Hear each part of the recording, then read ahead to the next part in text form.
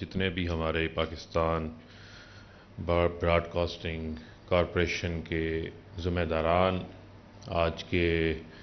جو مہمانان اور جو ہمارے پیارے بچے ہیں، جو آج کے پارٹیسپینٹس ہیں اس نعت خوانی کے مقابلے کے، خواتین و حضرات، السلام علیکم۔ یہ میں سمجھتا ہوں کہ جو عشرۂ رحمت للعالمین ہم منا رہے ہیں، خاص طور کے اوپر ہم سب کی اپنی اپنی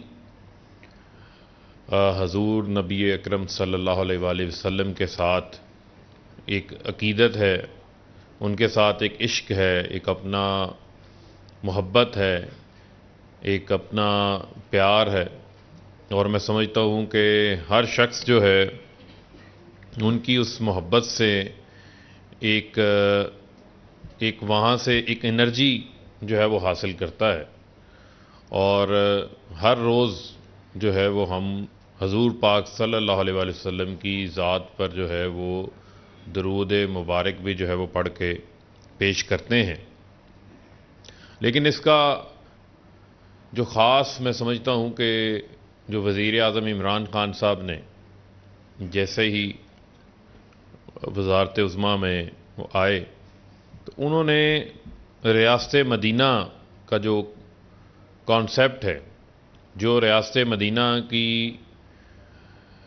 جو بنیادیں ہیں، جو ریاست مدینہ جس اصولوں کے اوپر قائم کی، انہوں نے بھی اس کو جو ہے وہ پاکستان کو اسی کو اپنا مشعل راہ جو ہے وہ بنانے کا، اور بلکہ اپنا نصب العین بنانے کا جو ہے وہ عزم کا اظہار کیا۔ اور میں سمجھتا ہوں کہ جب اس قسم کے پروگرامز ہمیشہ پہلے بھی ہوتے ہیں اور سرکاری سطح کے بھی اوپر بھی ہوتے ہیں، لیکن جو جذبہ ہمیں قومی لیڈرشپ کی طرف سے جب نظر آتا ہے اس سطح کے اوپر، تو میں سمجھتا ہوں کہ اس کے اندر پھر ہر شخص جو ہے وہ اسی طریقے سے جو ہے وہ شامل ہو جاتا ہے۔ تو اسی سلسلے کی یہ آج کی بھی کڑی ہے، اور میں پیر نور الحق قادری صاحب کو خاص طور کے اوپر اس حوالے سے خراج تحسین پیش کرنا چاہتا ہوں کہ یہ اس تمام جو عشرۂ رحمت للعالمین ہے، اس سے متعلقہ جتنی بھی تقریبات ہیں، ان تقریبات کو جو ہے یہ لیڈ بھی کر رہے ہیں، اور اس میں ہماری جو ہے وہ رہنمائی بھی فرما رہے ہیں۔ آج کا جس طرح انہوں نے مجھے بتایا کہ آج کا ہمارا جو تھیم ہے وہ حضور پاک صلی اللہ علیہ وسلم کی جانب سے جو اقلیتوں کے حقوق ہیں۔ ویسے تو میں سمجھتا ہوں کہ ان کی جو ذات ہے، جو سیرت النبی ہے، وہ ہمارے لیے مکمل ضابطہ حیات ہے۔ زندگی کے ہر پل کے موقع کے اوپر، ہر قدم کے موقع کے اوپر وہاں سے ہم جو ہے وہ رہنمائی حاصل کرتے ہیں۔ لیکن خاص طور کے اوپر جو اقلیتوں کے حقوق کے حوالے سے جس طریقے سے ریاست مدینہ کی جو بنیاد رکھی گئی، اور اس حوالے سے جو میثاق مدینہ ہوا، تو میثاق مدینہ کی بہت ساری ایسی شقیں موجود تھیں جو کہ غیر مسلموں کے لیے تھی، اور جب مکہ کے مشرکین کے اوپر قحط کا وقت آیا تو اللہ کے نبی پاک صلی اللہ علیہ وسلم کا آپ دل دیکھیں کتنا بڑا دل تھا، اور کتنا نرم دل تھا ان کے لیے کہ ان کو انسانیت کی فکر تھی۔ تو انہوں نے وہ مشرکین مکہ جنہوں نے ان کے اوپر ظلم بھی ڈھائے،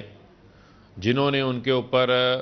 سختیاں بھی جو ہے وہ رکاوٹیں ان کے راستے پر جو ہے وہ کھڑی کرنے کی کوشش کی، لیکن انہوں نے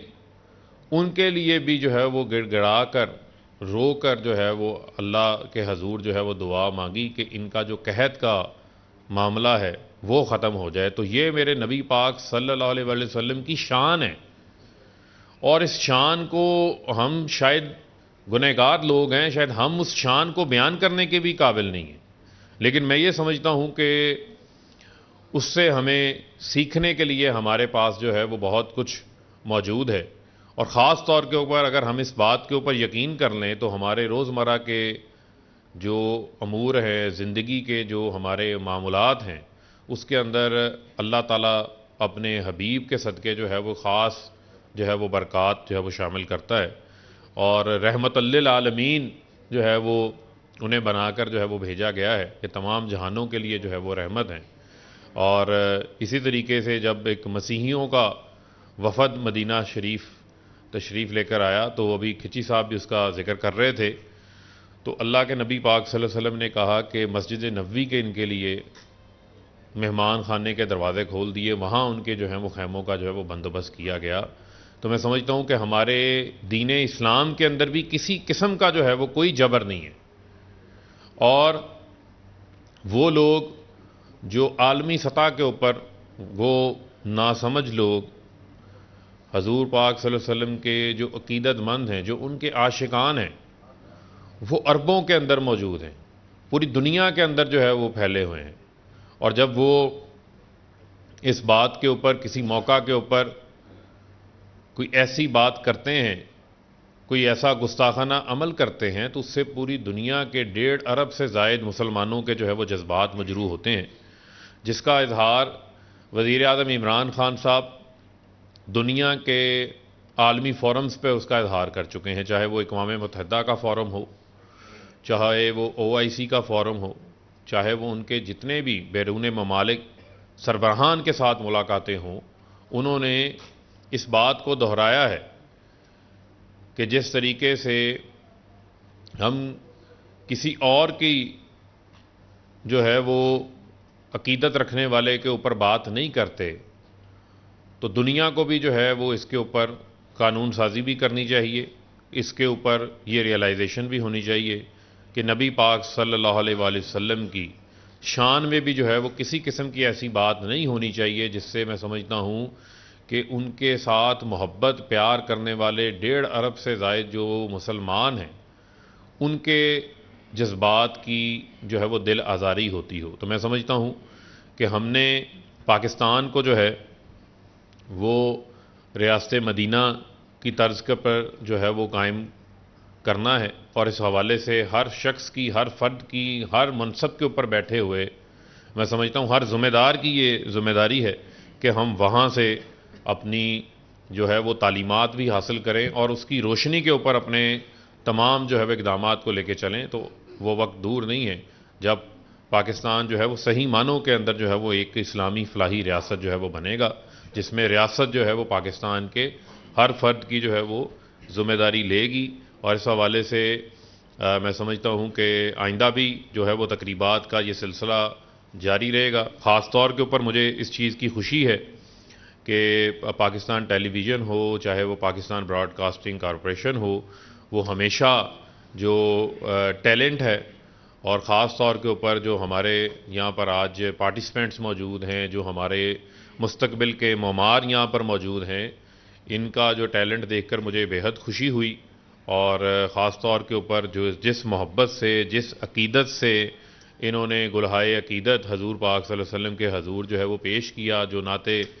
رسول مقبول صلی اللہ علیہ وآلہ وسلم یہاں پر پیش کی، اس سے ہم سب کے جو دل ہیں